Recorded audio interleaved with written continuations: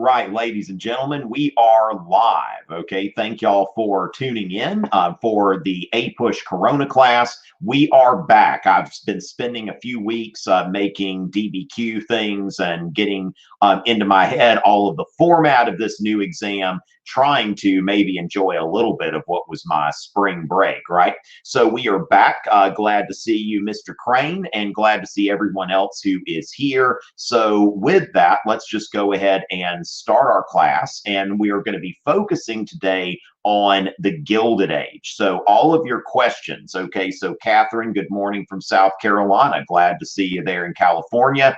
Now, ladies and gentlemen, again, our focus area today is the Gilded Age. So I'll be taking questions about both the Gilded Age, and I'll also be taking general exam questions as well. But as far as our content area focus, we are going to focus on the Gilded Age. Hey there, Ireland. Good to see you. And wow, that's lame. Okay, not even in APUSH. You're in AP Euro, hopefully getting a sneak preview of APUSH, right? A lot of AP Euro students take APUSH the next year. So with that, come into Crowdcast, crowdcast.io/Tom Ritchie. That's something that is going to be helpful there. So let's think about this. Now, I don't know if this person doesn't have a name, or wait, Caitlin. Okay, so Caitlin, would you like to come in and join me on screen? I'm going to go ahead and invite you on screen, and let's talk about the dating for the Gilded Age. Okay, so when we think about that, let's go ahead and think about when we ask, what is the Gilded Age? When did it happen? What do we mean here? Okay, so when you say that your textbook and Google give different dates, would be curious to know what that is. Okay, so with that, let's go ahead and think about what is the Gilded Age. The Gilded Age is that period that is tucked between the Civil War and the Progressive Era. So you've got a few years. Now, what's important is not the exact year, okay? So when we think about the Gilded Age, it's not like anybody thought we're entering a Gilded Age or we're leaving the Gilded Age or something like that. When we're thinking about the Gilded Age, this is the period that's tucked between the Civil War and the Progressive Era. And what defines the Gilded Age is the massive expansion of American industry. Okay, so when you think about this, before the Civil War, the United States was largely an agricultural economy. You remember, some of you may have seen this primary source, had seen this speech in the 1850s. James Henry Hammond from South Carolina gave a speech called "Cotton is King." Okay, so essentially, when you think about before the Civil War, we do see something going on here in terms of before the Civil War. Cotton agriculture is still the engine that's driving the economy. Now, the North, especially the Northeast, is industrializing, but it's not industrializing to the extent that it's going to after the Civil War. The Civil War answered several questions, okay? First of all, after the Civil War, there's no slavery. Second of all, there is clarification about the relationship between the federal and state governments, having fought a war over secession. We haven't seen that happen again, that no state since the Civil War has made a serious attempt to secede from the Union. The third thing is that the government becomes very much involved in the promotion of industry. All right, and I like your sunglasses there. That's always nice. Hopefully you'll stick around and learn something on 4/21/20. So with that, we're thinking in terms of, the Gilded Age is the first time where we see the industrialization of the American economy. That in the Civil War, I mean, the United States is basically a bunch of farmers killing each other. And then by the time of World War I, the United States is the largest industrial power. So what I would think about here is, Caitlin, you're saying your textbook says 1869 to 1896. It looks like they're like, oh, 69, 96. Like they're just kind of like, let's just do this, 69, 96. 69, 96. This feels very random to me. Now, I don't know why 1869. Yeah, that's just I've never heard that date before. I think somebody might be just joking around here. It's just a random year. That when we think about 1869, that's in the middle of radical Reconstruction. I would say that you could start the Gilded Age as early as 1861. That as soon as the southern states secede from the Union, you have a bunch of legislation that comes out. First of all, the Pacific Railroad Act. Okay, the Pacific Railroad Act is an 1861-62 piece of legislation. And what happens here is before the Civil War, the South was not very big on internal improvements. Okay, remember that Jefferson and Madison thought, we need to amend the Constitution so that the federal government can pay for internal improvements. But that's something that never really happened. And there was a lot of resistance to high tariffs. There was a lot of resistance to government promoting industrialization. So you might remember the Kansas-Nebraska Act before the Civil War. Stephen Douglas wanted, as part of this, part of the plan was to create a transcontinental railroad. But before the Civil War, there was too much resistance in the South to the American system. So what you see here is almost immediately after secession, Congress passes the Morrill Tariff. Now, that's also Morrill must have been a pretty big senator. Morrill, I believe I'm getting the R's and the L's right. But Morrill was also the sponsor of the Morrill Land Grant Act. Okay, so there are several things that are going on here where the government is, with the Morrill Tariff, is passing a protective tariff now that the South's not there to fight it. And the protective tariff is basically putting the government in a position where they are openly encouraging the development of industry by keeping products from Europe out of the country. Okay, that's the whole point of the protective tariff, is protecting American industries from foreign competition. All right. And so we see there that the government's getting involved there. Then the Pacific Railroad Act. We see here that the government is giving private corporations subsidies to build the transcontinental railroad. Now, here's one thing that I want to put out there. This is one of the biggest misunderstandings about the Gilded Age. It's that a lot of people say during the Gilded Age, the government was laissez-faire. How many of y'all have heard that before? That the Gilded Age was a time of laissez-faire, okay? You always hear this, okay? But as far as that goes, what is laissez-faire?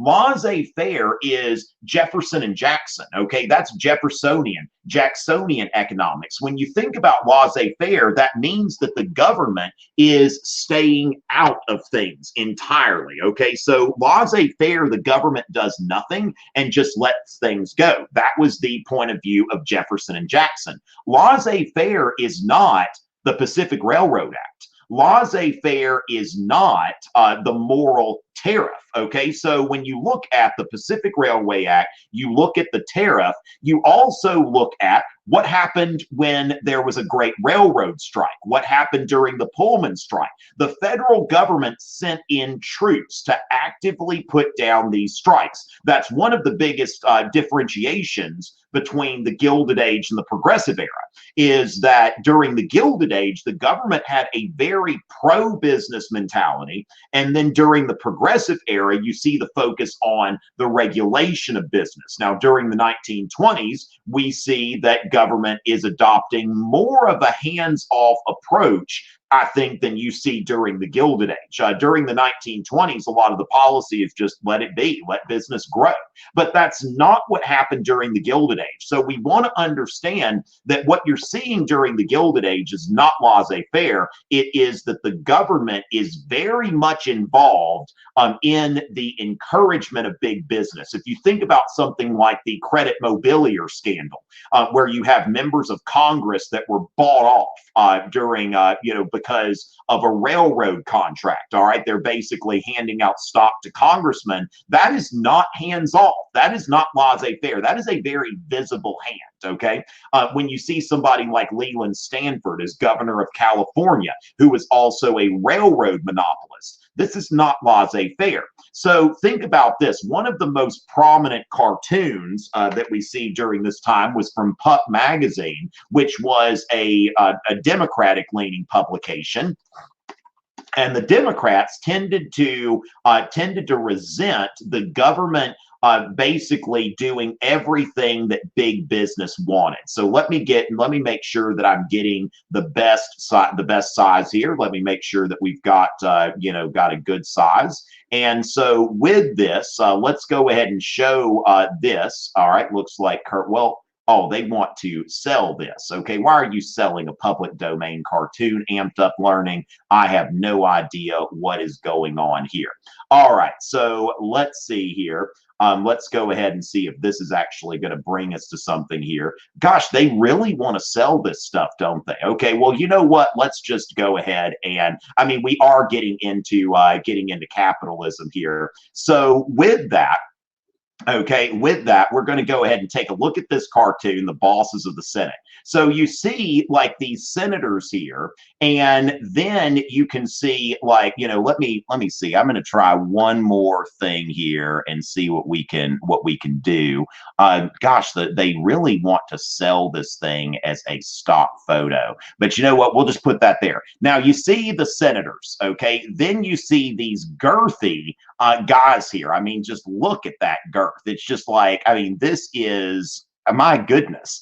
So you see the Copper Trust, the Standard Oil Trust, the Steel Beam Trust, the Nail Trust. Now we remember the sugar, okay, the Sugar Trust. Remember, a trust is a business cooperative, okay? So instead of competing, these businesses decide we're all going to get together and we're going to manage these companies all together. Now, the Standard Oil Trust gets its own little like oil barrel here.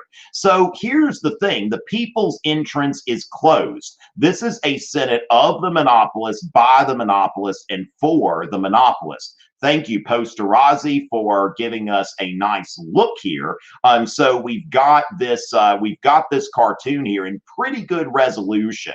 So with that, this is the bosses of the Senate.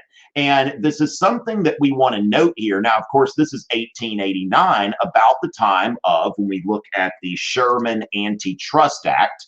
This is something that passed in 1890. So when we look at the Sherman Antitrust Act, this is something that passed as a result of popular outcry against these trusts, okay? So with that, we want to note that when we look at this cartoon, that is not laissez-faire, okay? So that is one of the things that we want to understand about the Gilded Age and why there's so much popular outcry by the end of the Gilded Age over the regulation of business. Okay, so when we think about this, that when I think about the Gilded Age, I'm thinking in terms of whether it's 1860 to 1900, 1870, I think in terms of 1861 because that's when Congress starts passing pro-business legislation during the Civil War. Okay, so that's when the United States Congress passes this pro-business legislation, and that's the beginning of that. Now, I tend to put it to 1900. Now, you could say because McKinley's administration was not really progressive. So I typically will say 1860 to 1900 when I'm thinking about the Gilded Age, because it's defined by the rapid expansion of American industry, government support for business, and just in general pro-business ideology. So, for example, when you get into social Darwinism, a very anti-regulatory climate. Now, I can see, though, and again, nobody said we're living in a Gilded Age. We are, well, Twain said that. This comes from something by Mark Twain. The whole point of the whole thing about the Gilded Age is Mark Twain said, because when you think about this, like gilded means something that is made of like iron or steel or some other not precious metal. And then you see that it's got gold overlay. Okay, so it's got gold on top of it. So it's not a golden age, it's a gilded age. Okay, so not a golden age, but a gilded age. And so that's the thing. We call it the Gilded Age just because Mark Twain said that, the great American writer Mark Twain. And so from there, that's where we have to think about this. And so when I say 1900, I think about, Teddy Roosevelt. Yeah, so when it comes down to it, I consider Teddy Roosevelt the first progressive president. Now, at the same time, we could say that the progressive era is beginning in 1890, because when you think about the Sherman Antitrust Act, that when the Sherman Antitrust Act is passed, and the Interstate Commerce Act and some of these other things, that these are things that are passing, and so you see the beginning of the progressive era. So, and then also the populist movement, which is an outcry for the regulation of business. And so that's something where we want to understand that we want to look at these two eras together, which is why I'm focusing on the progressive era on Thursday at 1 p.m. Eastern. Now, remember that Corona class sessions are going to be, okay, Corona class sessions are going to be on Tuesdays and Thursdays at 1 p.m. Eastern. And so this is going to be Gilded Age and Progressive Era this time, okay? So going with that, let's go ahead and get into some more questions here. Now, let's go ahead, and this question, let's see, this is coming from Angela. Angela, let's go ahead and save this question about the Bull Moose Party for Thursday. Okay, so we're going to focus on the progressive era on Thursday. Okay, so let's look at this. Now, one of the things that we see, Elizabeth, during the Gilded Age is political corruption. Okay, so this is the time in the history of the United States when political corruption was at its highest. So you saw where, this cartoon, the bosses of the Senate, with these big, girthy, trusts that are dictating to the United States Senate this pro-business policy. Again, it's not laissez-faire. Hi, James. Always good to see you. Those of you asking questions in the chat, remember to ask your questions as questions. That way I'm able to mark them for people who are watching later. They get to see when the questions are answered. So Boss Tweed was the ringleader of the Tweed Ring. Okay, so the Tweed Ring was something that this was a municipal political machine in New York City.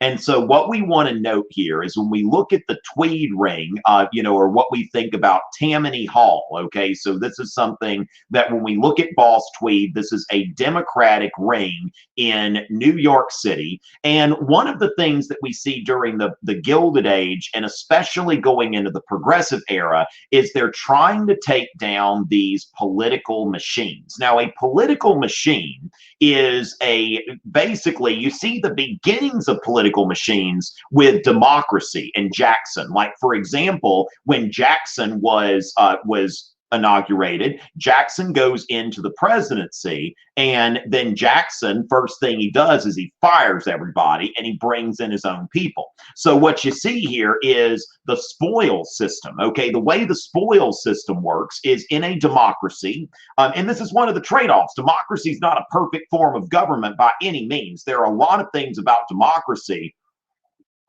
that are not inherently necessarily optimal. Okay, so when you look at this, when Jackson gets into office, he throws everybody out. He brings in his own people that he owes favors to. So when you think about political patronage, okay, political patronage is when someone gets elected, and then the people who helped that person get elected, who were patrons of that politician, they end up getting special favors in government offices. And so the way that an urban political machine worked is you would find recent immigrants. Like, these immigrants are coming in from Ireland, they're coming in from Poland, from Italy. And then what happens is they get off the boat. They don't, they're not really welcomed by the community at large. You think about the Irish who came in and they saw no Irish need apply and stuff like that. And so then somebody says, I've got a job for you. I've got a place for you to live around people who are like you. So here, we're going to find you an apartment in an ethnic neighborhood. We're going to give you a job. But here's the catch. When the election comes around, you're going to vote for who we tell you to vote for.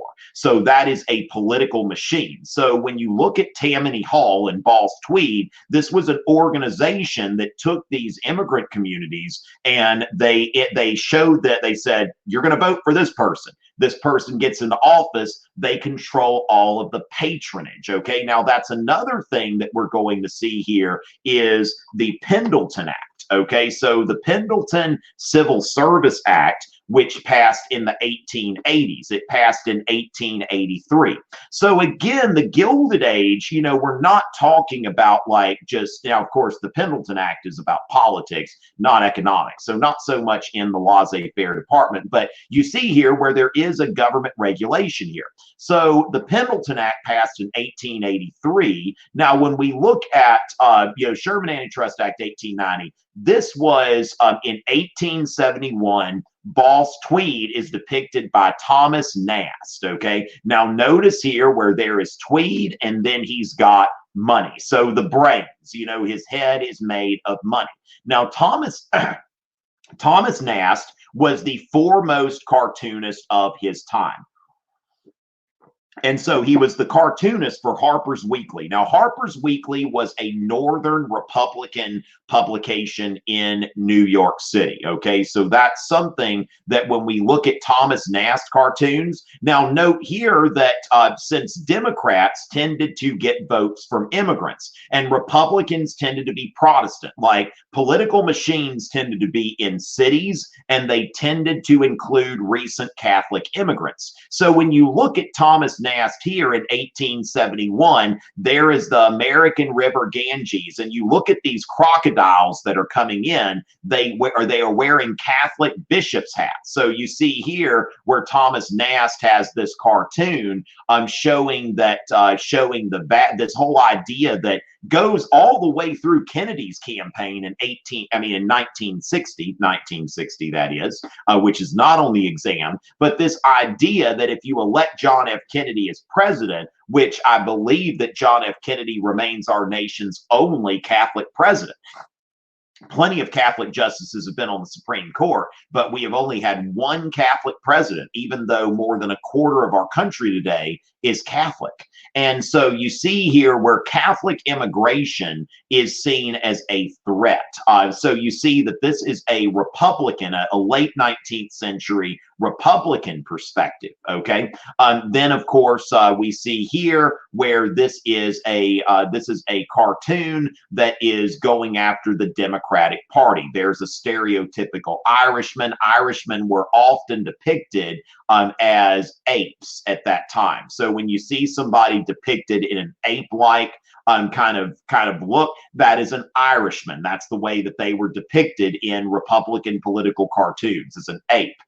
Then you've got this Confederate soldier with his lost cause knife, and then you've got this politician. So this is something that is critical of the Democratic Party. So basically, this is showing here this. The Democratic Party, next Confederate soldier. Now, this is 1868. So then, as far as that goes, there you see that you might have seen this cartoon before. That's another Thomas Nast cartoon where you see the Ku Klux Klan and Nast. And now we see the Republican elephant there, Boss Tweed. Again, this is one of those things we see where Tweed is again, looking there as depicted by Nast as a vulture. All right. So the Tammany tiger is loose. So you see here, this Republican cartoonist is constantly going after Tammany Hall. Okay. So lots of things about Boss Tweed. And so as far as that goes, we see again, they're all Republican perspectives here that we see coming out from Thomas Nast. So he went after this Tweed ring. So when we talk about political machines, the Tweed ring is going to be the biggest one of these. Okay, my microphone isn't fully plugged in. I believe my microphone should be plugged in. How are we doing? Let's ask my friends on Crowdcast here. So going with that, let's see. So with that, let's see, is anybody on Crowdcast having trouble hearing me? Okay, so sorry if there is any trouble hearing me today. All right, so the Dawes Act. Okay, so when we look at Indian policy during the Gilded Age, the Dawes Act was an act that let's see. So, okay, so there is it no problem, or no, you can't hear me. Make sure y'all are clear in that. Okay. So with that, yeah, that as far as I know, you've got a, the only Catholic president was JFK.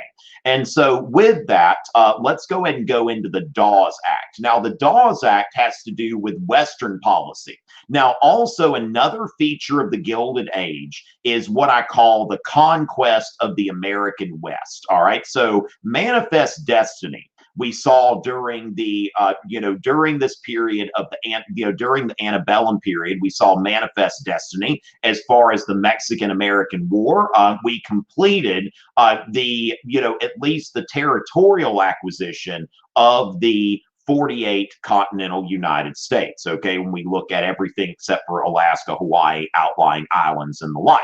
So with that, when we're looking at policies concerning the West, let's go ahead and get into Western policy during the Gilded Age. Okay, so for example, now three things are going on here: free land, railroads, and military force. So one of the government's biggest objectives is to populate the West, not to just have a political claim like France did. Okay, so basically, we know from New France that having a political claim by itself is not something that is, that is always going to be, it's not going to work. So you've got to get people out there. So free land, the railroads, and then military force. Okay. Now, one thing we want to note here: Frederick Jackson Turner was a historian of the American West. Okay. And you had the Turner thesis. Now, what he wrote here was the significance of the frontier in American history. Okay. So we see here the most significant thing about the American frontier is that it lies at the hither edge of free land. And so we see here that the federal government has lots of land to give out. Now, even today, when you look out west, the federal government still owns the majority of a few states out here, or the near majority. There are several states where the federal government owns at least 30 to 40% of the land. You look at, at Alaska, the government owns, as high as 69% of the land. And so going from there, the federal government has a lot of land to give away. So we see the Homestead Act. Now, this is, note here, another piece of legislation that was passed during the Civil War. So we want to understand that Congress was passing a lot of Republican-sponsored legislation in 1861 and 1862. So the Homestead Act brought 600,000 families into the Kansas and Nebraska territory, including the Exodusters, who were African Americans coming from the South. Now, we want to note that the Exodusters were not a very large group, that most African Americans stayed in the South until World War I. Okay, so the Great Migration happened during World War I. So the Morrill Land Grant Act in 1862 chartered several A&M colleges where the focus of the studies would be on agriculture, mechanical arts, and military tactics. Okay, so this is the Morrill Land Grant Act. Remember, the Morrill Tariff was passed in 1861, not too long after the South seceded and Southern congressmen left Congress. So with that, we see here that then you've got this Indian land for sale. Okay, so let's go into the Dawes Act. Now, the Dawes Act, which was passed in 1887, reservations were broken up. Okay, so the reservations were broken up. Now, I need to, I'm not saying this authoritatively, but one thing to note here is there is a treaty after the Civil War, which I need to brush up on a little bit, but basically because the majority factions of the Indian tribes and the Indian Territory sided with the Confederacy, there were treaties that were signed that restrict, the entirety of the present day state of Oklahoma, or at least without the Panhandle, used to be specifically an Indian territory. Now, what's happening here is that the government is breaking up these reservation lands. And so they're giving this land, instead of having reservations, they're giving it to individual families. and they are dividing up the surplus lands and opening them up to white settlement. Okay, and that's leading to the Oklahoma land rush in 1889. Now, April 22nd, that is tomorrow. Okay, so let's say that there were some people that decided, you know what, I'm going to go in before they let me in, maybe 2 days early, like April 20th, 1889, or something like that. And those people were called Sooners. Okay, so Sooners, these are the people who didn't wait until April 22nd. So essentially what happens with the Dawes Act is a lot of lands open up to white settlement, and we want to understand that the goal of Indian policy during the Gilded Age was assimilation. Okay, was to take native tribes and assimilate them into American culture. And so part of that, you have several Indian schools, such as the Carlisle Indian School, that existed between the Gilded Age and the Progressive Era. Now, remember, this kind of goes along with the theme of the Progressive Era as well, because a lot of progressive policies, such as Jane Addams' Hull House, these things existed to try to help immigrants assimilate into mainstream American culture. So when you look at something like the Carlisle Indian School, this was a boarding school in Pennsylvania where young Indian boys would be sent, and they would be put in rooms with people, like their roommate would be from another tribe, so that they had to speak English to each other. And so you see the way that they are dressed and the like. So this really describes as far as the Western policy. Now, again, the transcontinental railroads, okay, what we want to understand here is that, the Republican priority was to create a national market. So you'd had the Western trails where people went to Oregon and California, and then you've got here what people consider the flyover states. Okay, these flyover states, these still are not densely populated. And so before the Civil War, there were debates over this. Now, of course, remember, Jefferson was the laissez-faire guy. A national market will develop on its own. Now, remember Hamilton.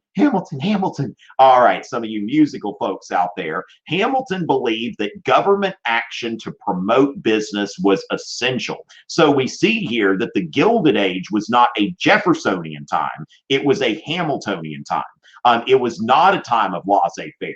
And so when the Jeffersonians, in the South, they got out of the Union and left Congress, that way the road is open for these reforms to pass. Okay, so basically that secession created this large majority in Congress that were very favorable to government intervention in the economy. We want to understand that the party of Lincoln was not just the party of free soil, the party against the spread of slavery, but also what did they want to spread? Okay, they wanted to spread white farmers into the West. They wanted to promote industry and big business. So we don't want to pigeonhole the Republican Party into just a free soil party. We want to understand their overall economic program. And so with that, the Pacific Railroad Act provided subsidies to corporations. Now, this was the first type of legislation. This is the first piece of legislation where the federal government gave money directly to corporations. Now, let's note here, this is not laissez-faire. Okay, this is the government going into essentially the business realm. So this is a very expansionist government giving out these subsidies. These are financial incentives to encourage a desired outcome. What does the federal government have? Lots of land. Okay, so what happens here is the federal government gives out land grants to whoever's got the contract to build one of these railroads, and it's in a checkerboard pattern. So we see here that the federal government keeps this land on the checkerboard, and then we see that the railroad company gets this land. And what this does is the railroad company can sell this land and then make money from laying railroad track. And so with this, we want to understand there is nothing laissez-faire about this and about the way that the transcontinental railroads were constructed. The federal government was very much on the side of big business throughout this period. So we see there that you've got the construction of the transcontinental railroad. Now, the Democratic Party, what you see here, I mean, this is Democratic Party campaign stuff here, and we see here where the Congress has given up so much land. It says here that this is more land than is contained in New York, New Jersey, Pennsylvania, Ohio, and Indiana. So they've given essentially 5 states, okay, that they've given this land that could have been given to 871,000 individuals. They are giving it to corporations. And this is your land, okay? This is taxpayer land. Just like when we think about, just any kind, public beaches or public beaches, they belong to the people, not the government, okay? But the government is giving away this land as if this land belongs to the government, not to the people. Again, this is not laissez-faire.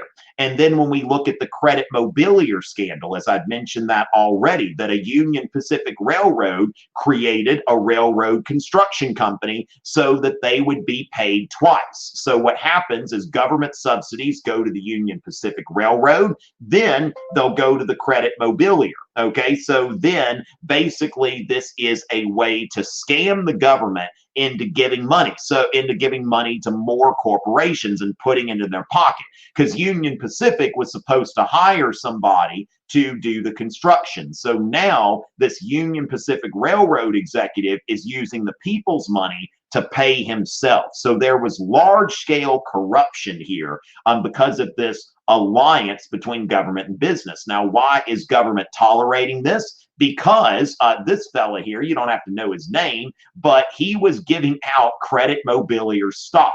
And this is where you've got this public perception, the bosses of the Senate. Okay, so again, you've got these, these big, girthy monopolists out here that are intimidating these people. And so, again, there is not this idea that the government is staying out. It's this idea that the government is helping businesses at the expense of regular people, something we might call crony capitalism, today, where the government is assisting, is providing assistance to the wealthy at the expense of other people. And so we look at this where we see this painting American progress, which we often look at during the time of Manifest Destiny, but then we get into the Gilded Age. Okay, so this is where this was actually painted, and this is where the Manifest Destiny process is completed. Okay, and if any of you have ever seen buffalo, this is the sort of thing. I saw some in Oklahoma. When they cross the street, if they're not stampeding, they're basically wild cows, and they walk across the road just like you would think about cows crossing the road. They are not in a hurry. And so, the transcontinental railroads see this as something of a problem because railroads need to run on a schedule. And when you see bison and buffalo, whatever we want to call them, this isn't a science class, right? But as far as that goes, I think the technical term is bison, but I'm not sure. But I don't have to be. Now, this isn't going to work when the train has to stay for like 3 hours while this massive herd of bison crosses the tracks, or it might hit some. This can be a big problem. And so what we see here is the bison are hunted. Buffalo Bill Cody, that was kind of how he originally got his nickname, because Buffalo Bill was contracted with the railroads to give bison meat to the workers. So there would be people who would go out and they'd shoot bison. They would give the meat to the workers. And so note here that we go from 1870 to millions of buffalo, and then by 1900, they're nearly extinct. Now, this is another way that we can look at the Gilded Age versus the Progressive Era. During the Gilded Age, the government was not focused on conservation. During the Progressive Era, we see this very intentional focus by the government on conservation.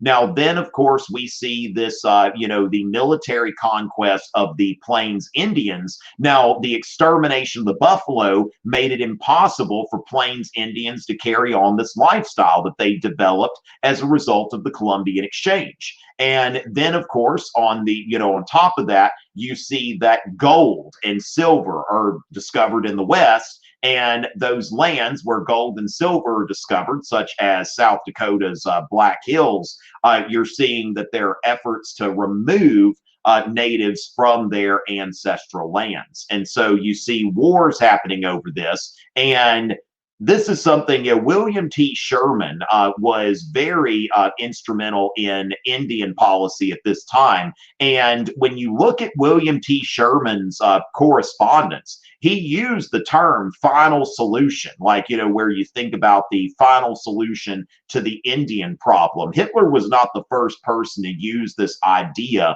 of the final solution.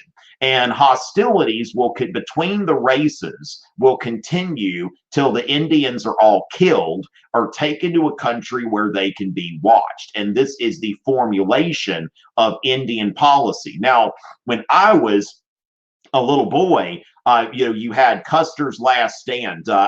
There's a story in my family that my dad actually wanted to name me after Custer, which I'm glad that he didn't. George Armstrong Ritchie just sounds kind of weird. Now, his generation grew up watching Westerns about Custer's Last Stand and seen as heroic. We see the U.S. Army Memorial, which was erected in 1881. The Indian Memorial was not erected until 2003. So it's been very recent since then. Now, the Apache were the last tribe to offer resistance during this time. Helen Hunt Jackson. Now, she was kind of an early, this is sort of even though, and again, the Gilded Age and the Progressive Era will spill into each other, because Helen Hunt Jackson was something of a muckraker. She published A Century of Dishonor in 1888, which was a scathing critique of U.S. government policy toward Native Americans and the reservation system. And the Battle of Wounded Knee, this was the last armed conflict between the U.S. Army and Native Americans. Some people call this a massacre. This is something, I don't think it's going too far to look at some of this activity as a genocide. I don't think that's necessarily too strong of a word to describe what was going on here. So again, even in the West, hardly laissez-faire. The government had goals. The government did what it was going to do to reach those goals. Certainly wasn't letting the natives be out on the Western frontier.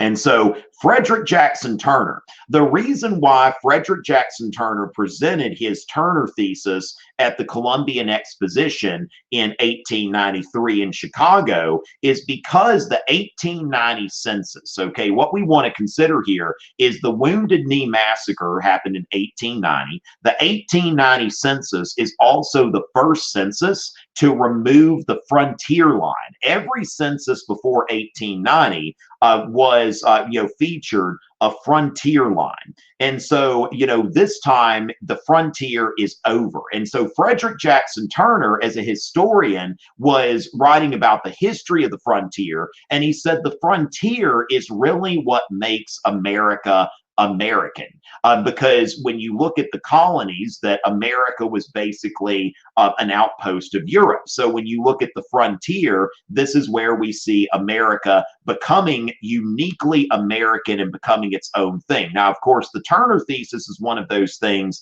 that, is disputed. Of course, everything in history is disputed as far as interpretation, but it's still something worth mentioning, and it's worth discussing, because you see this tension on the frontier. If we think back to the colonies and the early national period, we think about Bacon's Rebellion, Shays' Rebellion, and the Whiskey Rebellion. These are all frontier rebellions. So one of the features of the Gilded Age is that manifest destiny is accomplished and you see no more Western frontier.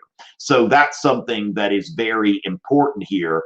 Is there a professional term for the Indian Wars? Not that I would, necessarily call there. All right. Hey, Tasha in Florida, glad you're here. Let's see. Damian is here and Chris. We got that. And Chapman Davis, my man Chapman Davis is here from Jacksonville, Florida. So good to see y'all. So let's go ahead and move from there. Now, do I think the DBQ will be on the progressive era again? I don't. Excuse me. Let's dab for y'all, right? So as far as that goes, I don't think that the DBQ is going to be in the 20th century, given that the last 2 years we've had early turn of the 20th century. So we've had imperialism and the progressive era. The problem with going past the progressive era, even though that's technically on the exam, is a lot of classes didn't get past the progressive era. So we're running into a situation that if the progressive era is on the test. Yeah, I've got my Van Gogh mug. I need to get some U.S. history mugs. I've got plenty of Euro mugs. But the DBQ, if it's about the 1920s, World War I, the Depression, World War II, you're going to be looking at a situation where some students got this with face-to-face instruction from their teacher and some didn't. So given that the proximity of the last 2 years has been close to that, I don't see it being 20th century. Now, I could be wrong. But my speculation is that it's going to be somewhere in the 19th century. So that's why you're going to see a lot of my reviews focusing on the 19th century. Now we're going to look at the progressive era on Thursday, but most of the other stuff is going to be based on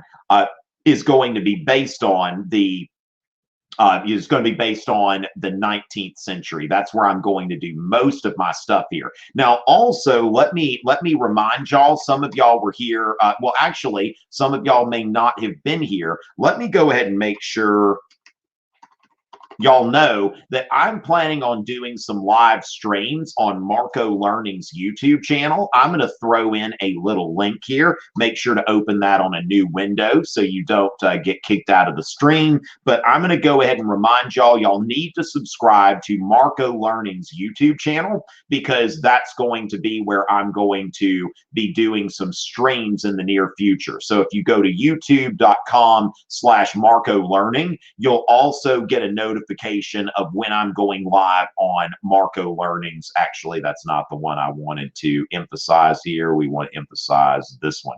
All right, so going from there, make sure you subscribe to Marko Learning's YouTube channel. Let's see if we can get Marko Learning over 1,000 during this broadcast. So youtube.com/Marko Learning. I want y'all to do that right now. I'm going to refresh and we're going to see how many people. Okay, we've got a few people have gone in, so 956 to 959. Let's see, 961. Let's keep it coming. Now, also, if anybody's not following me on Instagram, I can give some shout outs here. Okay, so if anybody's not following me on Instagram, we'll note that. So we've got nobody's followed in the last hour, but we'll get here. Now somebody mentioned me, it looks like Real Devin Campbell. Thank you so much. Let's see if we've got some new subscribers now. Okay, 969. So we've got 31 more to go. We want to get Marko Learning over 1,000 subscribers. I plan to be broadcasting from Marko Learning's channel this Saturday evening. So you want to make sure that you don't miss that. If you're subscribed, you'll get a notification.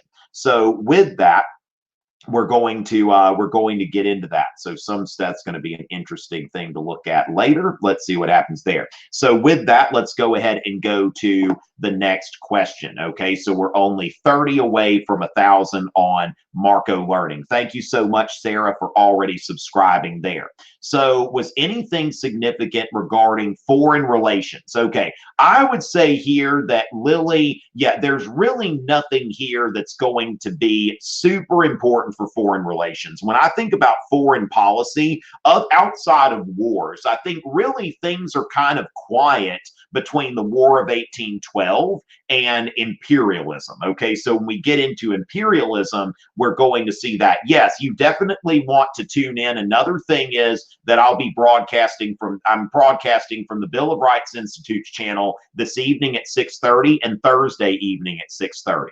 We're going to take a little break next week, and then I'm going to be broadcasting from the Bill of Rights Institute quite a bit. So yes, make sure y'all are subscribed to the Bill of Rights Institute's YouTube channel as well. And I'll go ahead and youtube.com/BR. Let's see. I forget their thing here. So Bill of Rights Institute.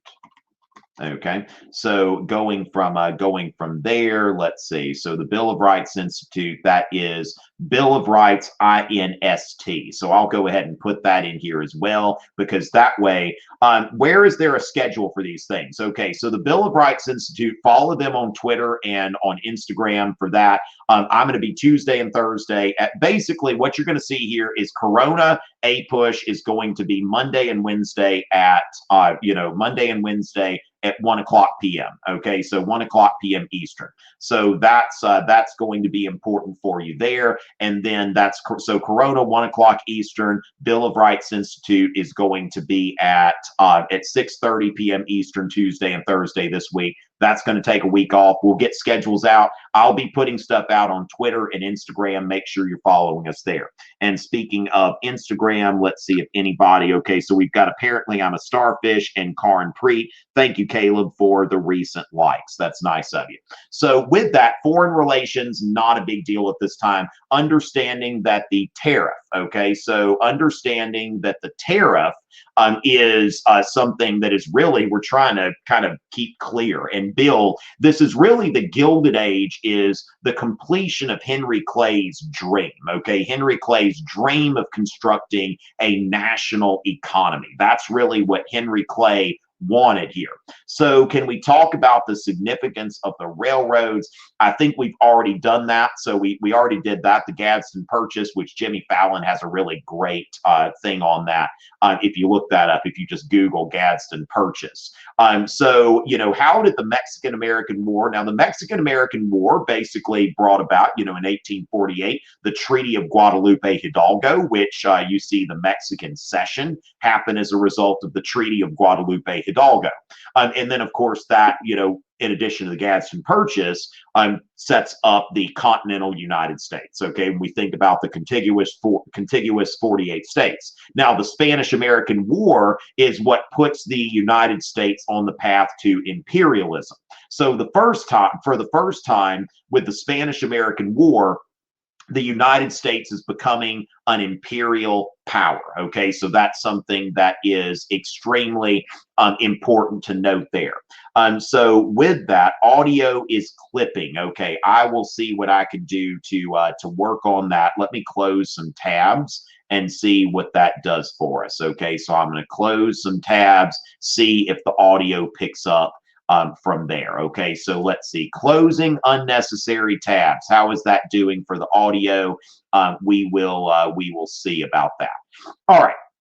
So with that, we will go into, all right, so when we think about this, Angela, when we think in terms of capitalism, okay, one thing we need to understand, like basically for Americans, capitalism is synonymous in a lot of ways with laissez-faire. That's kind of how we understand capitalism. We think about laissez-faire. Let's see. Y'all let me know how the audio's doing after I close some unnecessary tabs. Hopefully that is something that is helping y'all out there. Okay, so closing some unnecessary things. Hopefully that's helping the audio. So going with that. Okay, so we'll see what goes on there. All right. So, you've got this shirt. Okay. So yeah, this shirt, Don't Cough on Me. I got this on Amazon. I thought it was pretty funny. So yeah, the audio's good. Glad to hear that.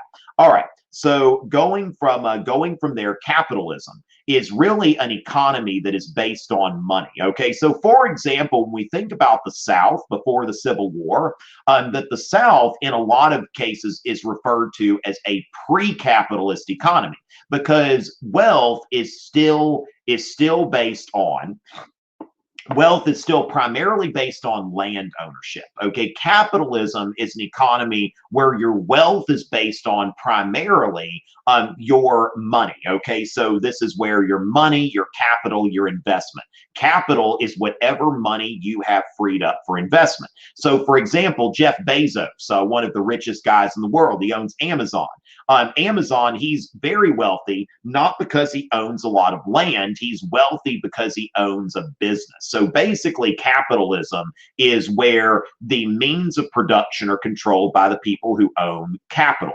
Now, socialism is where we start to consolidate the means of production, okay, either toward government ownership or toward communal ownership, depending on things. Now, so that's where you get into socialism, is where the means of production are not controlled by individuals.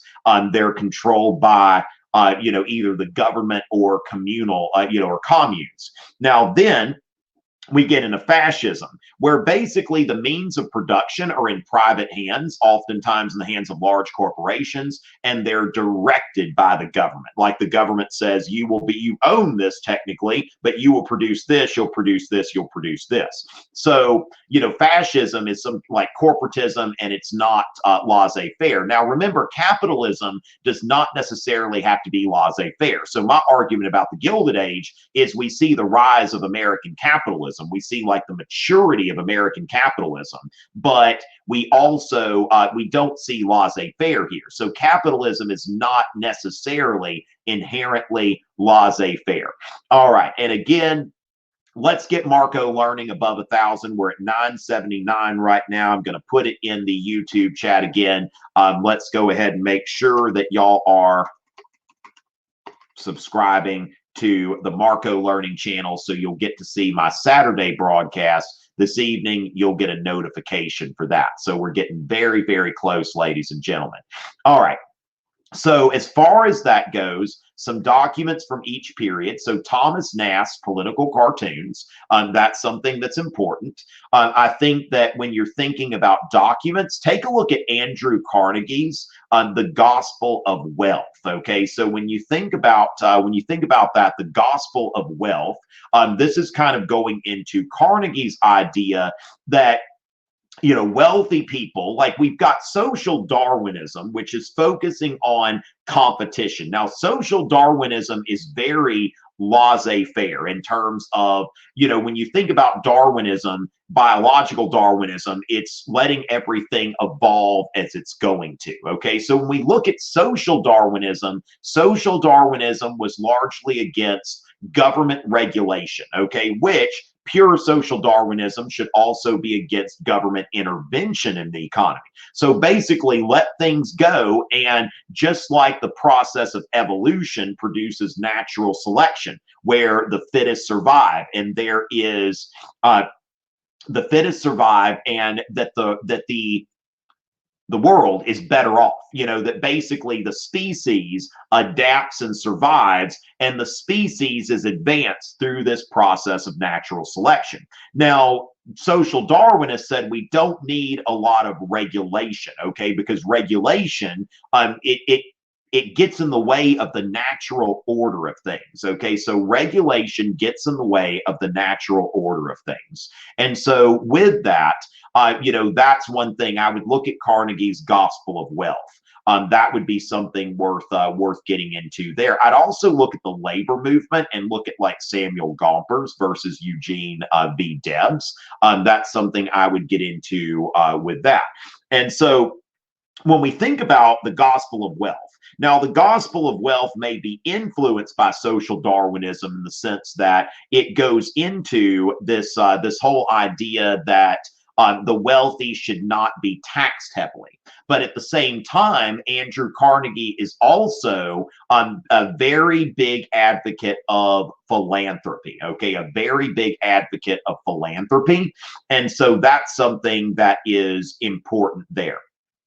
So he's saying that the wealthy should give away their money. Now, let's go into what philanthropy is, okay? What is philanthropy? Philanthropy is not charity, okay? So charity is when you give money to someone without regard for it benefiting society or without regard for how they're going to use it. So when we think about this, that, when we think about charity, okay, when we think about charity, what we're seeing here is that you're giving the money away, you're trying to alleviate someone's suffering. Okay, so for example, a few years ago when I was in New Orleans with my daughter, we were going through the French Quarter. I told her it's generous to give a little money to the people who are there asking for it, because I felt like we're very fortunate to be vacationing in New Orleans while other people are suffering. They're living in poverty and misery. Somebody will say, well, they're just going to buy drugs with it and alcohol, and they're going to waste that money.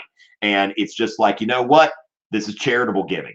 I don't care. I'm not being a philanthropist. Now, philanthropy is about giving to the arts, giving to education, giving to public health. Okay, so when you think about education, the arts, and public health.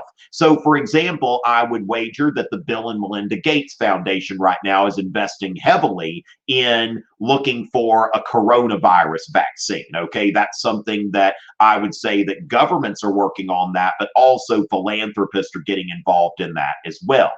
Bill Gates is the biggest philanthropist of our time. That he goes in and goes into Africa and working on these public health crises. Okay, so when you think about like public health, education, the arts, these are things that you see here that the philanthropists are doing. So, for example, Carnegie Hall, which is a performance hall, we see that is where people are.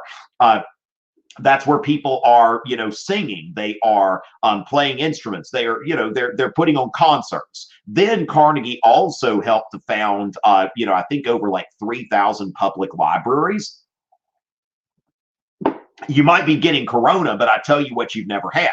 You've never had yellow fever, okay? And the reason why you have never had yellow fever, okay, the reason that you have never had yellow fever was that the reason you've never had yellow fever is John D. Rockefeller. John D. Rockefeller founded research to eliminate yellow fever. And so we don't have yellow fever today. Thank you, John D. Rockefeller. Okay, so with that is philanthropy. So we want to understand what's going on there, that, a lot of people were calling for taxing the rich. That's going to happen, of course, during the progressive era, but during the Gilded Age, we see the age of philanthropy. Or, excuse me. Okay, so the Fort Laramie Treaty, I would say that Linda, the Fort Laramie Treaty would be considered, that would be a great illustrative example if the American West ends up being something that is on the DBQ and relevant, but it's not necessarily something that I would say everybody needs to know or anything like that. So with that, when we see here that that I would say, James, we might have misunderstood something I said earlier.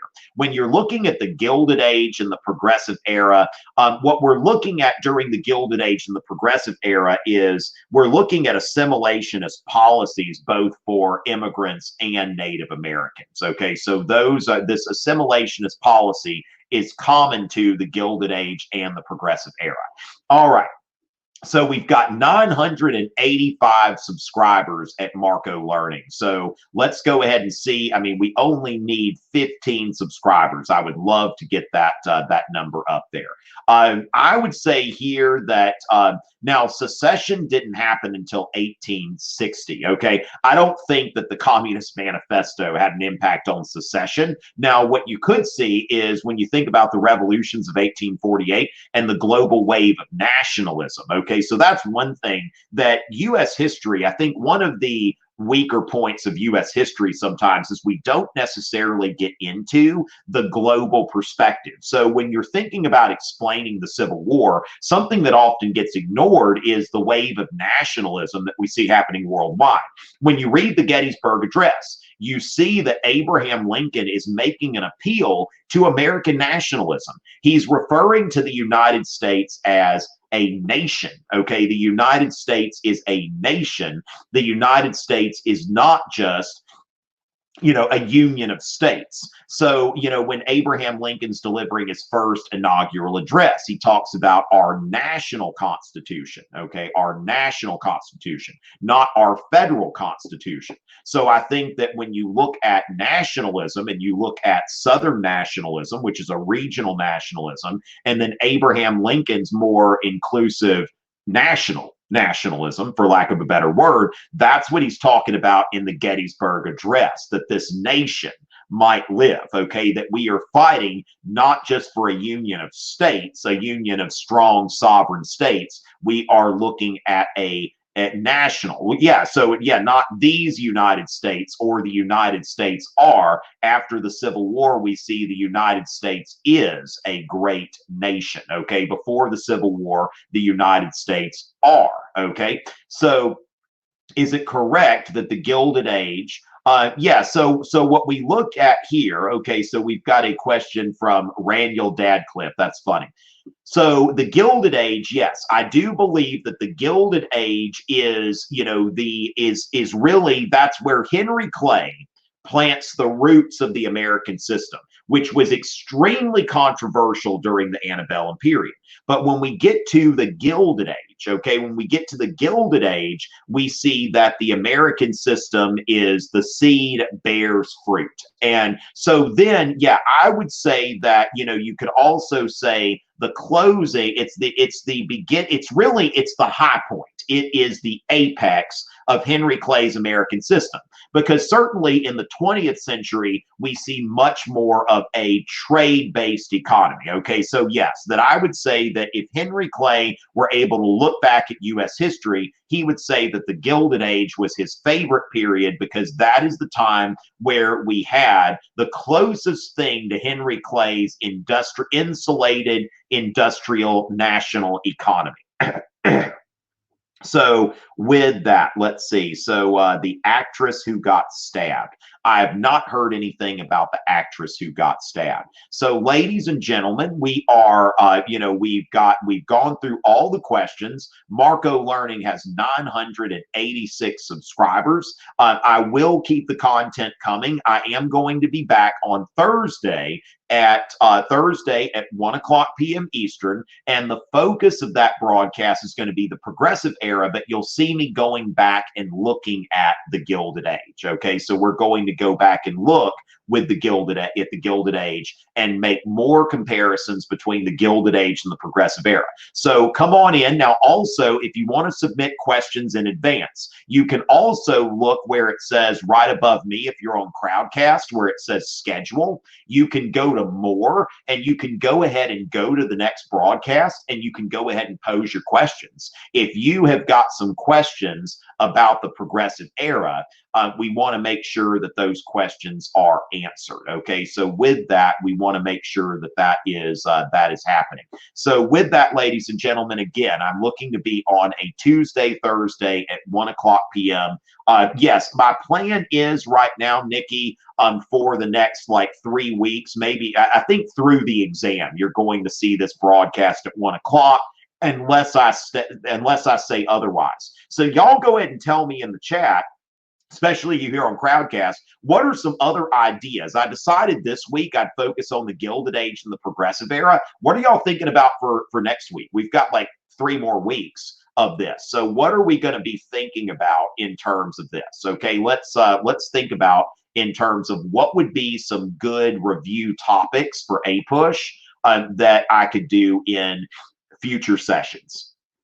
All right, so the content will be kept coming, and thank y'all so much for the kind words on that. So with that, we've got 18th. Okay, so we will, I think, take a step back after this. Yeah, so we'll probably okay. So I think that next week we may go ahead. Thank you very much for the kind words, Nikki. I think that doing the antebellum period, the Jacksonian era, that would be a good move for us, I think, when we go forward.